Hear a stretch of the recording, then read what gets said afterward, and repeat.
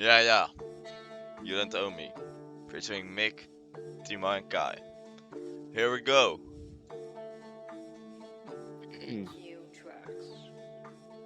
Men and women seem to be equal, but actually it just looks that way, because only just the sequel of something not so present day. In the first wave of feminism that happened in the UK, genders needed changing. They started becoming cliche. Centuries ago, back in 1589, as one single woman stood up, being the first of her time. Jane Anger was her name, bold as day, forever changed the game, paving the way. No, you don't owe me. Don't treat me like some property. I'm not an object, so please just treat me properly. No, you don't owe me. Real life, this ain't monopoly. I'll live my own life outside of your menagerie. No, you don't owe me. Only I control my body. Just grab the concept of freedom. Yeah, be more like Gandhi. No, you don't owe me.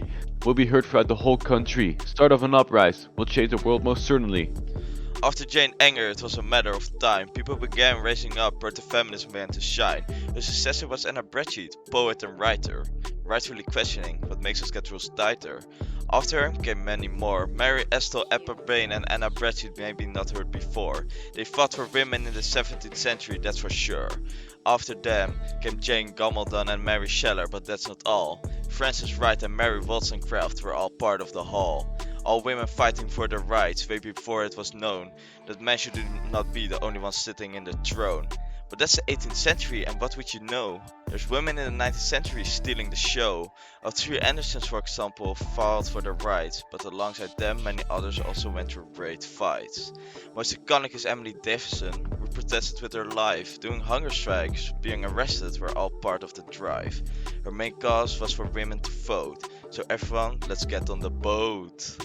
No, you don't owe me. Don't treat me like some property. I'm not an object, so please just treat me properly. No, you don't owe me. Real life is a monopoly.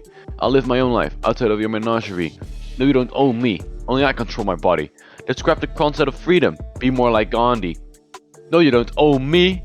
We'll be heard throughout the whole country. Start off an uprising. We'll change the world most certainly. Finally, in 1928, Emily Davison finally got what she craved. When the old-fashioned ways were finally waived, women in England, Wales and Scotland received the same votes as men, so women were successful and gave rights according to plan. Though feminism might have gotten a long way, it's still not finished and it's still very present today. But remember, you don't owe me, okay? Because that is old-fashioned and we don't like that today. Yeah!